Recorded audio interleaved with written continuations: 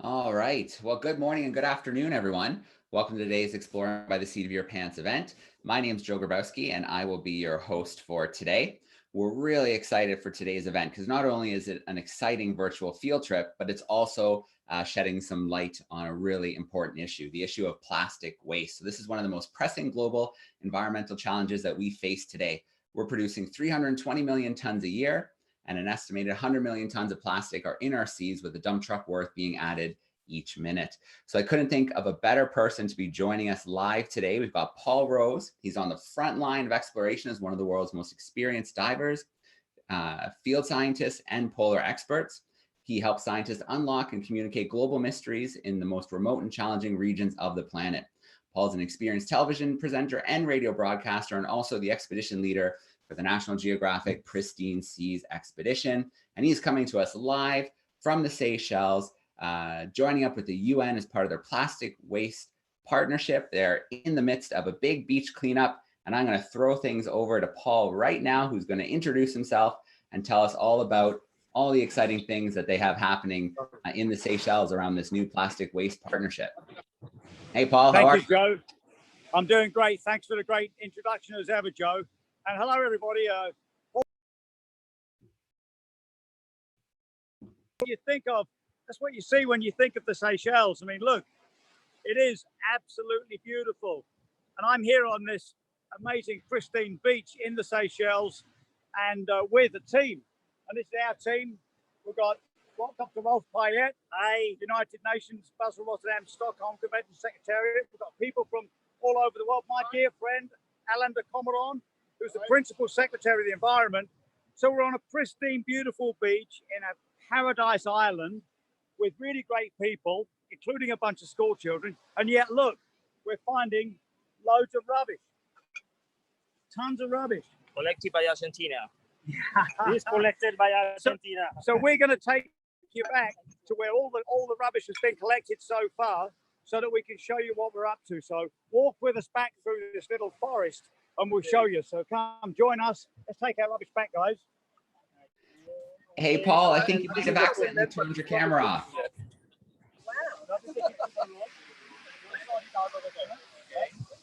Hang on. There you go. You're back.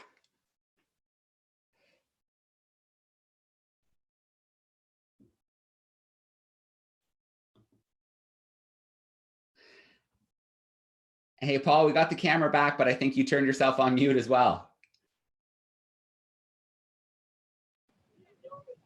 Okay, we got you. Camera and microphone. Okay. Good. Yeah, so walk with us back through this forest and we'll show you everything we collected. Look, here's some of it going right now. Yeah. So this is something, you know, when you come to these beautiful places, sometimes the beach itself is really clean, as this one is. There's no doubt about it. It's one of the most beautiful beaches in the world. But when the tide comes in and the wind blows, unless the rubbish has been properly stored, properly collected in all the right places, it gets blown into all these grassy meadows and in these forests. And it's because it's volunteers like this that come and pick it all up. I mean, look, here we are. And so far, just in this time I've been here, I picked up car tires and plastic bottles and even handbags and sunglasses and flip-flops of all kind. And it's really something when we realize that, as Joe says, we've produced 350 million tons of plastic in my lifetime. I was born in 1951. There wasn't much plastic then. It was invented around then. So in my lifetime, we've produced about 350 million tons of plastic. And you know what? We've recycled about 9%. So you can guess where the rest of it's going. Look.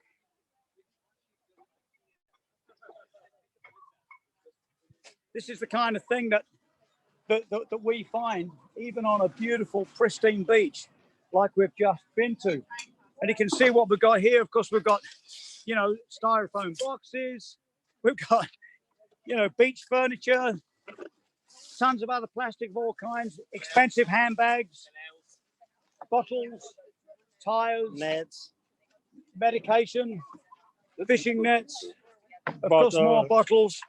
So it's a terrible legacy because it looks, the beach itself, as I say, looks absolutely beautiful.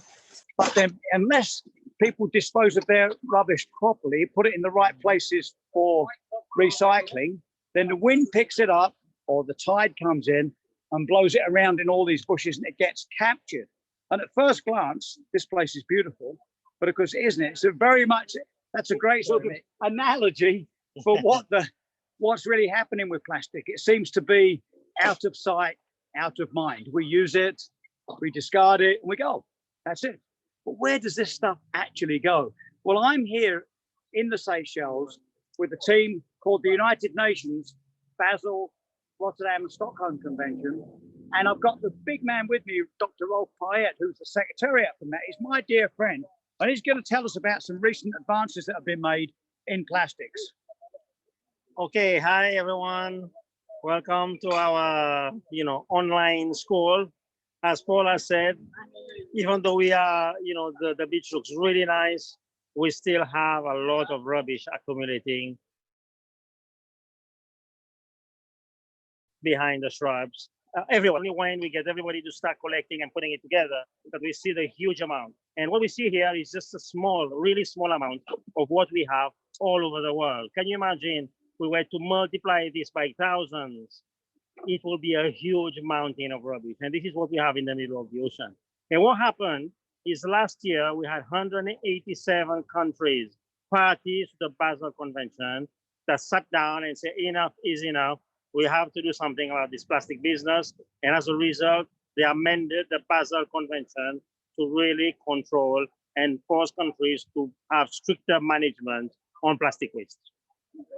So now for the first time, we've got the power of international law, customs laws, Interpol, and all the rest of it, stopping countries dumping plastic in other countries' regions for recycling on the cheap.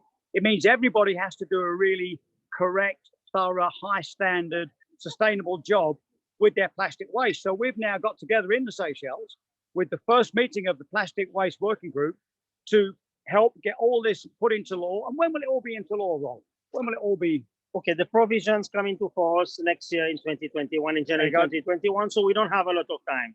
And that's why we're working with countries, with companies, with recyclers, with everybody, including supermarkets, consumer associations, even the producers of the plastic polymers themselves, to try and find sustainable solutions for dealing with the plastic issue. So we're really in that sense of solutions. I can't go to any school anywhere in the world without seeing this wonderful high level of awareness that there is on plastic.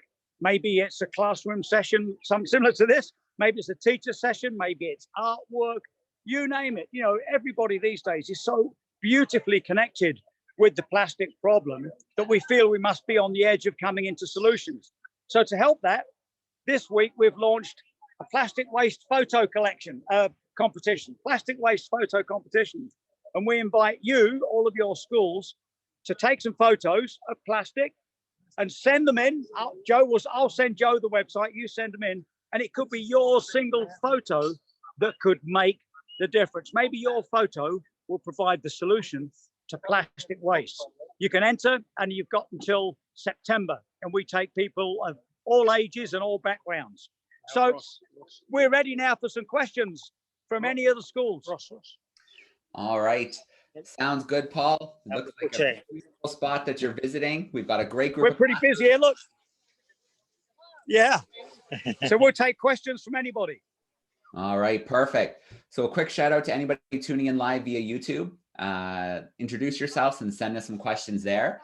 But for now, we're going to meet some of our live classrooms and take some of their questions. So we're going to start off. I'm going to go to Mrs. Simmons' group, year 3 to 6 students in Cornwall in the UK. Yes, your microphone on. How are we doing, boys and girls? Okay, hi. Hiya, hello. Thanks for joining us. All right, who's got a question for Paul? Come ask nice and loud. How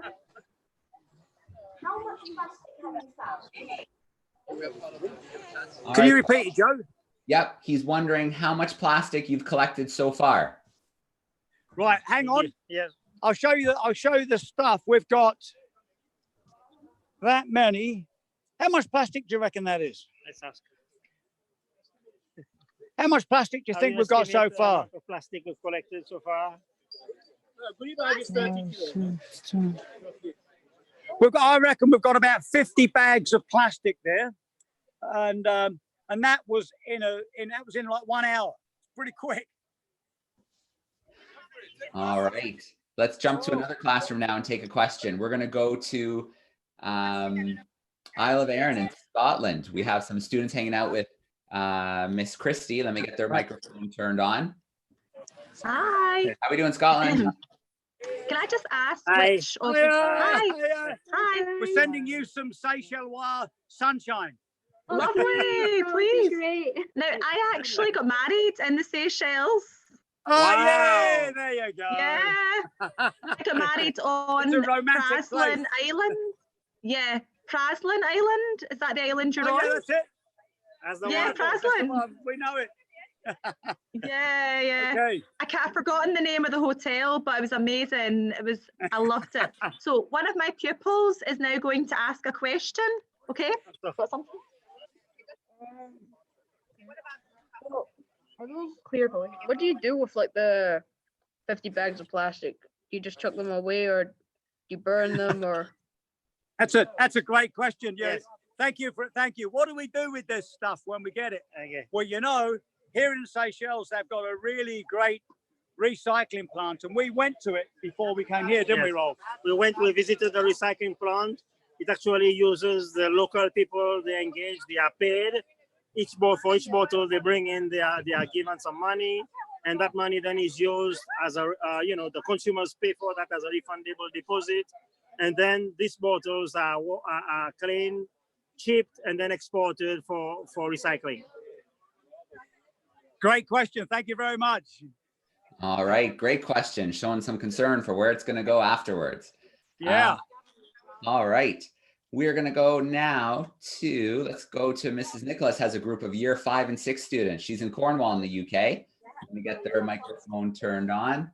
How are we doing, boys and girls? He's a big friend. Yeah. All right, I see someone coming up nice and loud for us. And he'll send us the video. Fantastic.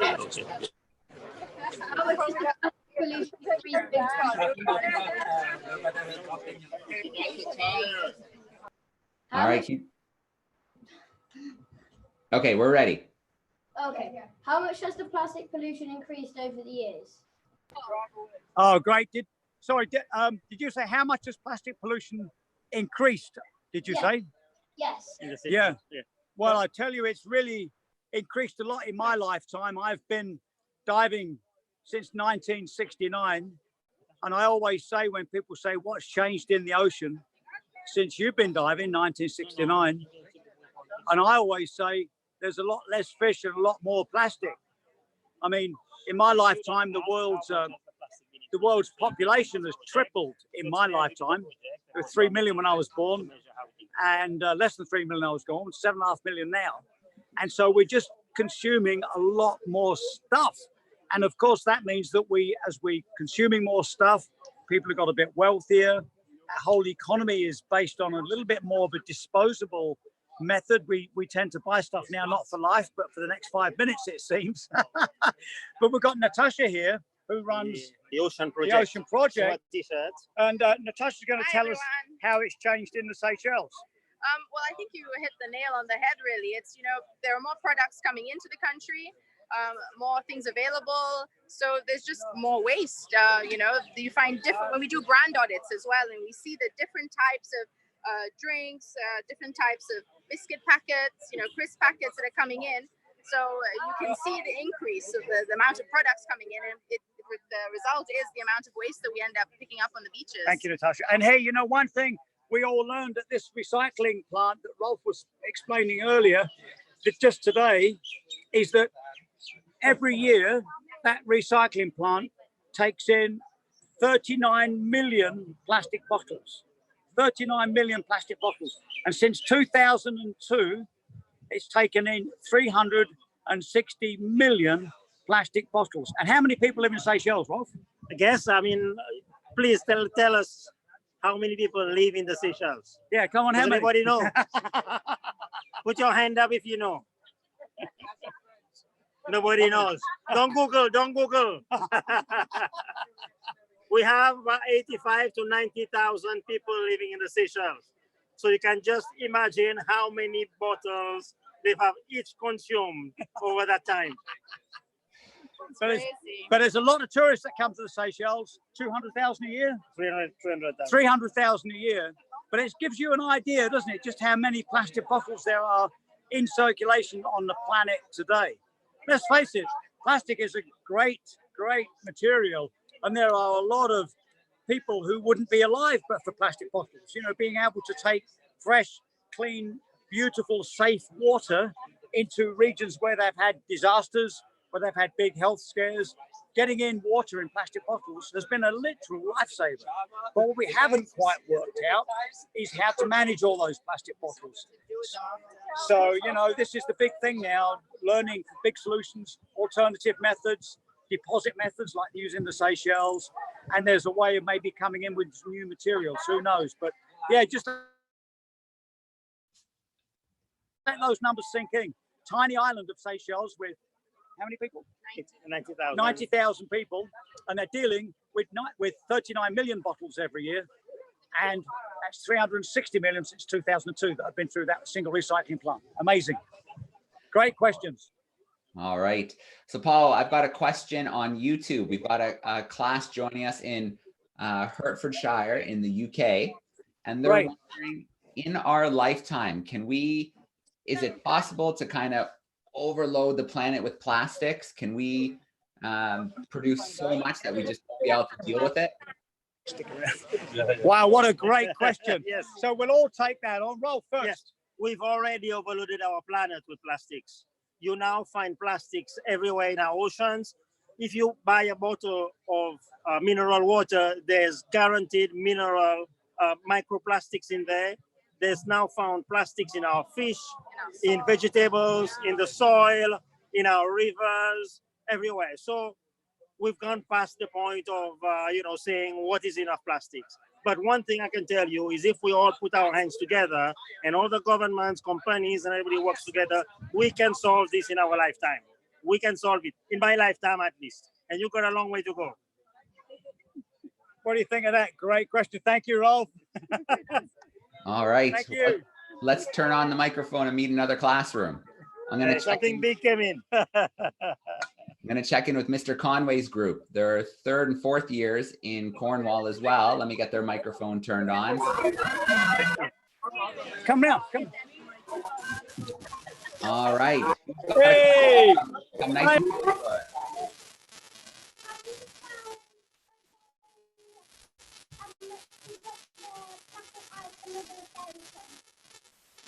Okay, Bud, I think that question.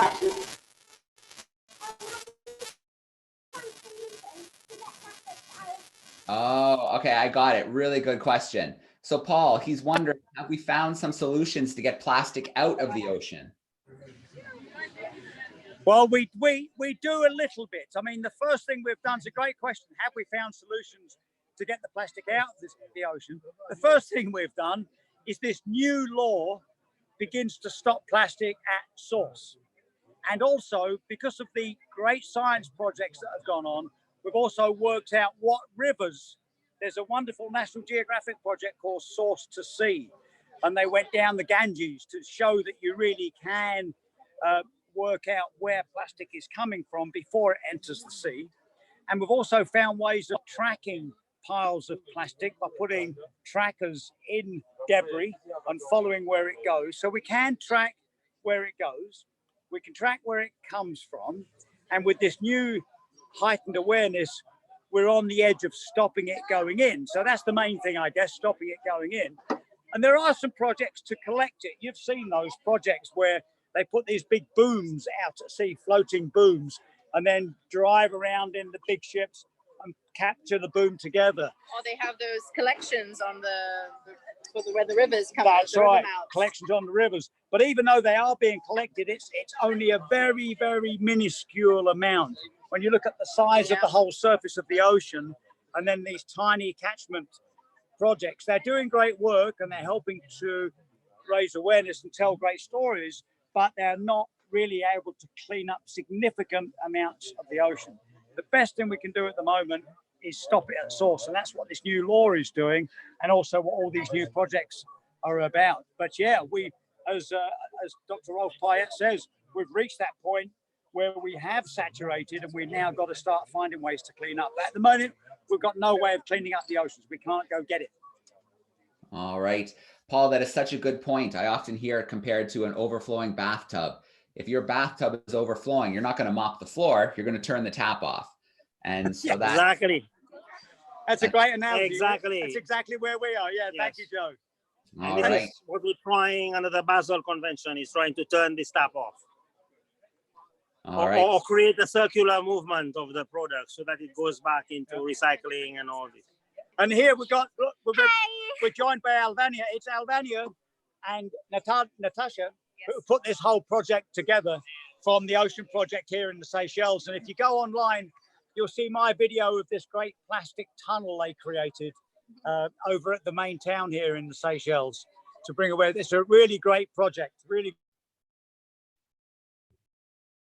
great project. Well done, everybody. Thank Okay. And I just wanted to add, these are young people like you.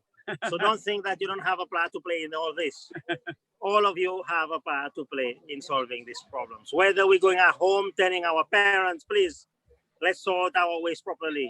You know, wherever we are in public, in big events, like sporting events, for example, generates millions and millions of plastic waste every year. Whether it's the Olympics, skiing, you know, I know we love going outdoors and everything.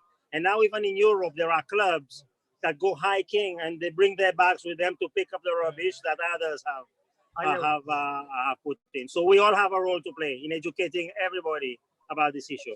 And don't forget, part of the solution could be your photograph. So get it into the plastic waste photo competition. All I'll send right. you the link.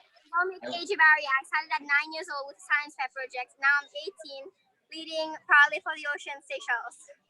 Oh, great. You were 9 when you started the project. There you go. Okay. All right, very cool. Well, I will share that link with the classrooms to make sure they know where to find the photo contest. And we're going to jump now to Alconbury in the UK. Mrs. Brown and Mrs. Collins have some year 5 students with them. Let me get their microphone turned on. How we doing, boys and girls? All right. I like turtles. Who's got a question? Nice and loud for us. What work? No, can you try that again? It kind of broke up a little.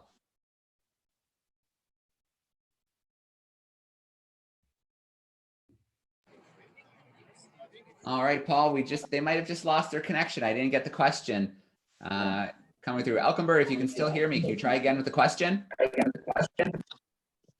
is it? Joe's doing a great job. What are some of the sources? He repeats this. You. Okay, I think I caught that. Was that sources? Oh, here we go. They typed it to me. Okay. So Paul, they typed it to me. Their microphone is operating. So they're wondering, what are some of the projects that you use to help stop plastic waste? Great. Well, one of the main projects we use to help stop plastic waste is this one, Explore a Classroom, exploring by the seat of your pants, getting the message out to young people about plastic situations. So this technique right here, talking to schools when we're on expeditions, is a brilliant technique. The other thing we do is we measure what's there because we want accurate results. So on every Pristine Seas expedition, we take water samples. We take them at the surface, at 3 meters and at 10 meters on every one of our dives, everywhere around the world. And the interesting thing is we could be in unbelievably clear Arctic waters or unbelievably clear, beautiful Antarctic waters, or somewhere like Seychelles in this amazingly blue, super clear water. And in 85% of our water samples, we find plastic. So that's really some big message. And there's something about standing on a ship in a beautiful place. Everybody, you know, we've got sharks and whales and dolphins and fish of all kinds in this amazing area, and telling people via a link like this that we've picked up all these water samples and 85% contain nanoparticles of plastic. And that's such a powerful message. We find that to be a really good one. And then, of course, when we're even not at sea, but we're in the woods and the forests and in the polar regions, in those rivers, would never see plastic on a Arctic beach, for instance, because the plastic was at sea and was held away from the main Arctic region by the frozen ice. But now the ice has retreated because the planet has warmed up. On those wonderful beaches where I used to stand, and it would just be ice and cold and beautiful cold rock and that lovely peaceful scenery of blue sky, white ice and a hint of the ocean in the distance, amazing, pristine, clean sea. Now I stand on that beach and I show people plastic. So these are powerful things. Not only do we find it invisible, but we know it's there because we measure it, but we see it arriving in what previously pristine areas because of the change in the climate, which has reduced ice, which has changed some of the ocean currents. So these are powerful things. So we, on my expeditions, we don't actually have a way of reducing plastic, but we are one of the very powerful communicators about what is happening to the planet because of plastic. All right, Paul, I've got a question coming in from a classroom in Bath in the UK, and they're wondering, we can see the plastic you've collected in the bags, the larger pieces. If you went down to the beach and put your hand through the sand, would you find microplastics in the sand? Yes. Natasha, here we go. Would you find, if you put your hand in the sand, would you see microplastics, Yes, pieces of plastic? Unfortunately, yes, a lot of microplastics.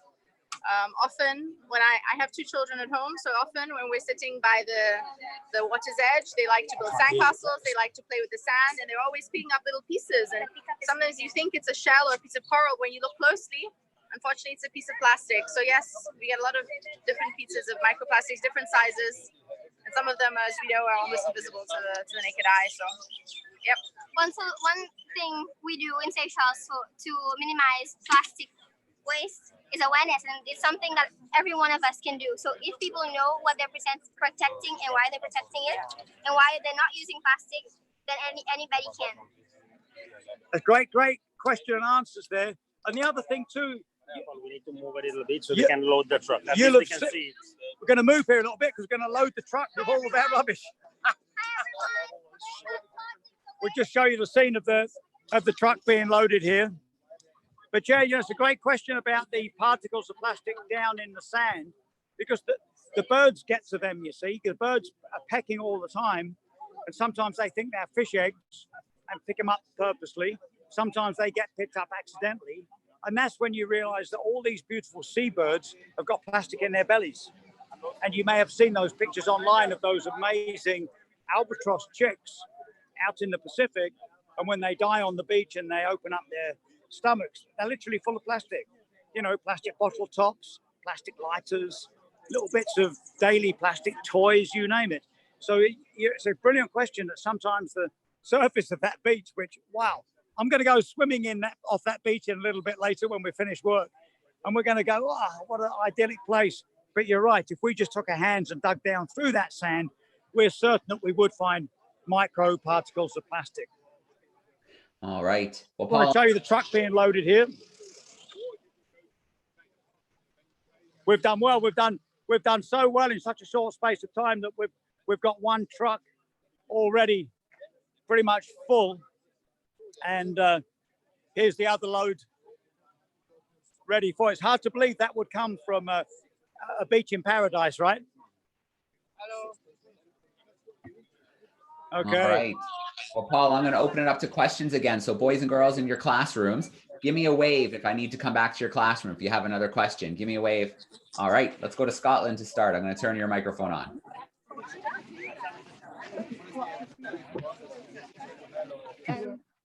See where we live, plastic straws are banned, but where you are just now, do they still use plastic straws?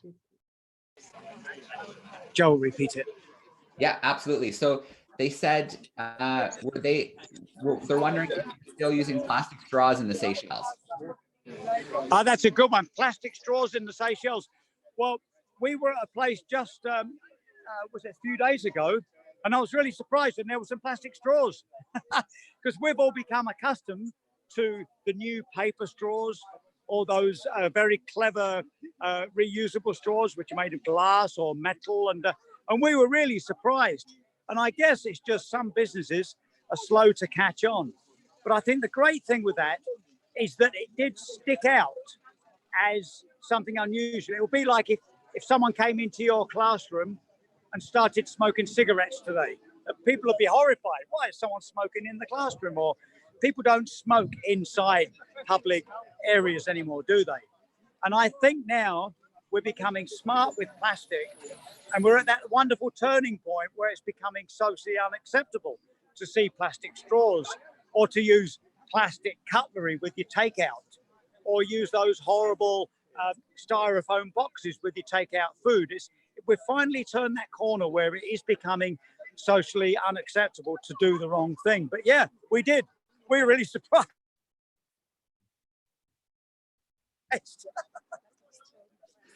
So we're just saying it's now turning the corner. Ah, yes. Yeah. Yes, exactly. All right, Paul, our class in We Elkenberg noticed just sent in another question. They're wondering great habit, Rob. what's the strangest or most unique piece of trash you pulled off the beach today? The most significant piece of trash I pulled off the beach today was over here. Let me show you. I pulled off the beach today on my first one out. Where is it? Here it is. Let's keep going.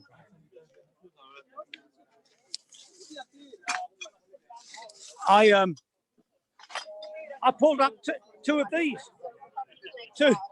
two huge, heavy, full plastic drums of cooking oil, and then I picked up some very, very expensive designer handbags, and then these car tires. And you can see the car tires. So they were the biggest pieces I got today, and I got those in the first like 5 minutes. So it's crazy, people are often doing the right thing and cleaning their bit, but then as they leave, perhaps the rubbish bin is a bit overpacked, and instead of putting it in their car and taking it home, they'll balance their plastic bottles and their rubbish on top of the rubbish. And this is a windy island in the middle of the Indian Ocean, so the wind comes up and picks it up and blows it away, or sometimes there'll be extraordinarily high tides and big storms, and it will come in and pick rubbish up and deposit it right here in the weeds.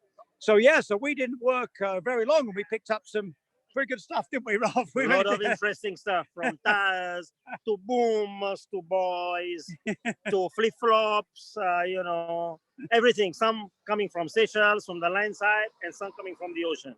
And that's the funny thing. Both Rolf and I have worked down in Aldabra, one of the most beautiful remote islands in the Seychelles Island group.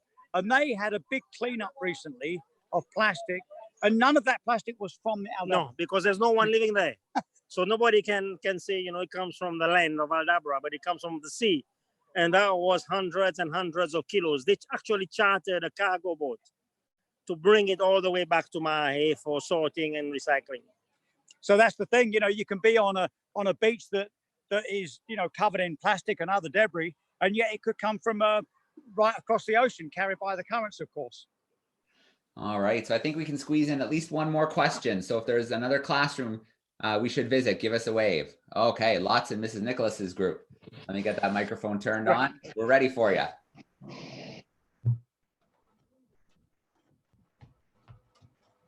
How could we stop it? All right, Paul, did you get that question? They're wondering, as a class in the UK, how can they stop plastic getting into the ocean? Oh, brilliant. Great question. How can they stop plastic getting out? Well, the first thing is everything you do to manage your own domestic and personal use plastic will help. So, for instance, if you're on a picnic and you show up with plastic boxes of food and plastic bottles and other plastic wrappings, do make sure you take everything home and put it in the right place. Now, some places have they only pick up certain plastic. Maybe they only pick up the bottles, and other counties only pick up certain types of plastic. So the idea is to quickly find out from your local council what kind of plastic they accept and where it goes once they have collected it. So, for instance, some counties recycle their own plastic waste, and then it gets put back into the complete circular loop. It goes back in to make more plastic products. Other counties send their plastic to another county so that it can join up in a large shipment, and some of that shipment goes overseas. And I would say that the thing to do there is check where it goes. Now, because of this great man, Rolf Payette, and his work, up until last June, I live in Cumbria in the Lake District. So it could have been that my council would say, yep, it's been picked up. And I go, oh, great. And it's being recycled. I go, oh, brilliant. Thanks very much. And yet, but for this new law, it could have entered a larger consignment of plastic, been shipped to Southeast Asia,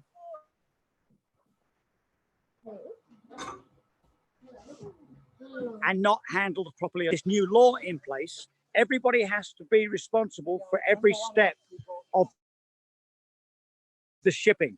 So I would say manually put it in the right places and go that extra step and ask your council and your community leaders, where does it go then? Ask those questions. And of course, if you see people doing that crazy thing, which I've seen in London so often, where there's a litter bin that's full of plastic and someone walks past and balances their little triangular sandwich box on top of it, knowing full well really that the wind will blow it into the River Thames and it will go into undoing that. You should do what I do, and I either say something to them and say, hey, you can't do that, or I just pick it up myself, put it in my pocket and dispose of it later. So it's taking personal responsibility for every little bit of plastic you come onto. And Rolf, what do you think? Completely agree. What we found is, since we're not asking our councils, and even the supermarkets, some supermarkets takes back the packaging and all this, we don't know where it goes. So we have the right today to ask them, please let us know where it goes. It's one NGO, he put a little GPS tracker on some waste, and he tracked the waste. And this waste was supposed to go for recycling, but it didn't go for recycling. It got on a boat, it got on a container, and got shipped to Southeast Asia, and ended up in a landfill there, where kids, literally kids like you, were burning those plastics, to get money, to get food. This is so sad. There you go. So taking personal responsibility. It's a brilliant question. Thank you very much. All right, Paul. Well, it looks like you've got a great team behind you. It looks like everybody's been working hard and collecting lots of plastic. So that's great. Get that away from the ocean and taken care of properly. And then, Paul, I'm wondering if we can put you to work one more time. Yep. Would we be able to sign off? Would we be able to go back and get one more view of the ocean to get us through the rest of the day here in Canada? One more view of the ocean. Yeah.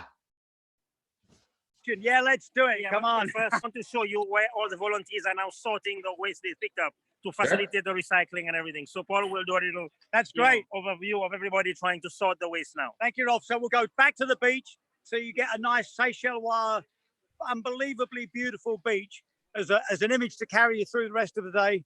And we'll go that way via the sorting of all the waste.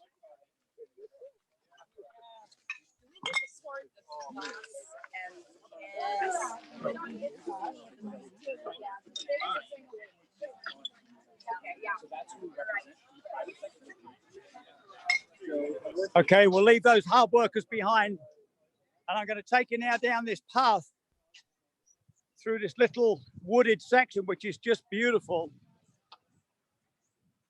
And this beach is called Ansgulé. It's a beautiful beach, one of my favorite here in the Seychelles. But the funny thing is, every time I come here, I do pick up a bit of rubbish. When we come along here and begin to open out,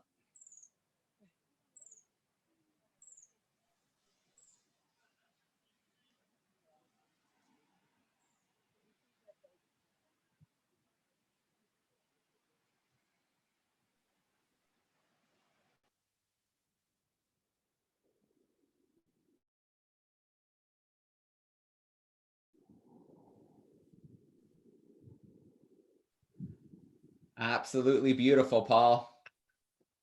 what do you reckon? Pretty good place to do a beach cleanup. So Rolf and I extend you all a warm greetings from the Seychelles and hope to find you all here one day. And if you can't come here to the Seychelles, follow Rolf's leadership with plastic. You know, take personal responsibility for it. Ask those questions.